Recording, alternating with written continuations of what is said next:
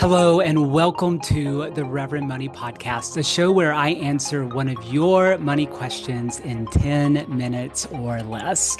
If you are new to the show, my name is Race Lamb. I am a certified financial education instructor, a Baptist minister, and the founder of Reverend Money. I've been working with faith leaders around their personal finances since 2018, and I am honored to be part of your financial formation journey. If you have a question around personal finance, financial management, or how justice plays into all of this, I invite you to submit it for a future episode by recording a voice memo on your phone and emailing me at race@reverendmoney.com or by following the prompts in the podcast description below. This week, we are starting off with a great question, so let's listen in and grow together.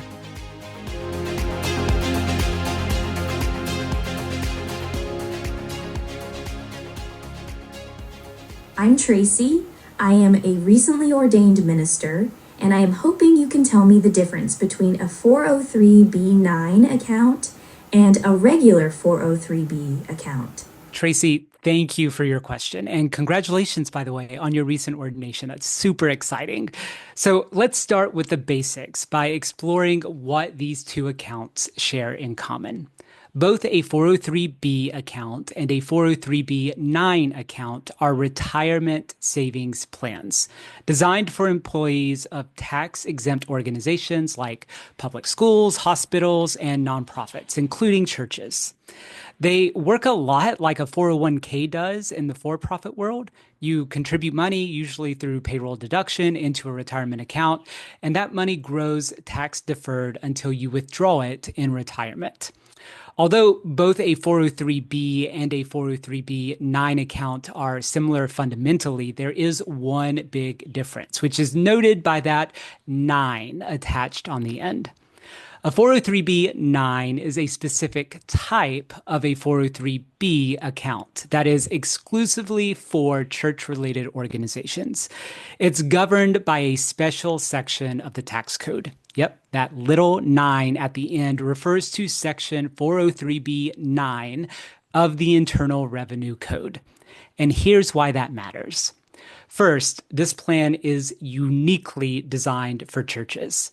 403(b)(9 plans are administered by denominational pension boards, church benefits organizations, or faith-based financial providers. But they're built with clergy in mind. And one way they benefit clergy is through a housing allowance exclusion. This is big. If you are a qualified clergy member, a 403(b)(9 allows you to designate a portion of your retirement distributions as a housing allowance, which is excludable from gross income for federal tax purposes. That means when you retire and begin drawing from your 403(b)(9 account, some of that money can be tax-free if used for those qualifying housing expenses. A standard 403(b) doesn't offer that. Additionally, because they are church-related, 403(b)(9 plans are usually aligned with denominational values, often including a faith-based approach to investing or a commitment to socially responsible fund options, all while you, the clergy person, reaps the benefits. So you may be wondering, well, what do I do or what do I choose if both are available to me? If you are a pastor or religious professional and your denomination or employer offers the opportunity for you to enroll and contribute to a 403(b)(9 account, that is usually your best bet because of that housing allowance exclusion. However, some clergy, especially those serving in non-church nonprofits or who are bivocational, may only have access to that standard 403(b). In fact, despite all my ministry experience over the years, I have never had access to a 403(b)(9 account. But that's okay, because while the 403(b)(9 account has that added benefit of housing allowance exclusion, a regular 403(b) plan or a Roth IRA are still good ways to save for retirement.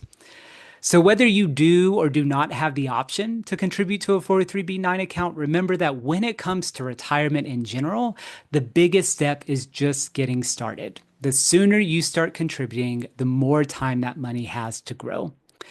If you are unsure which one you are enrolled in, I invite you to check in with your HR department, denominational pension board, or benefits provider, and they will be able to quickly tell you if you are not able to figure it out on your own. And that's it. Those are the key differences between a 403b and a 403b9 account. So as a quick recap, both a 403b and a 403b9 are retirement accounts for nonprofit workers. A 403b9 is just for churches and offers clergy-specific benefits, especially the housing allowance exclusion. And hey, if you are still curious or need a visual, I've put together a free resource sheet that breaks all of this down, including a checklist to help you figure out which one you may have and what to ask your provider to figure it out. You can download it for free by visiting reverendmoney.com/podcast and sharing your email, or by following the link in the episode description below.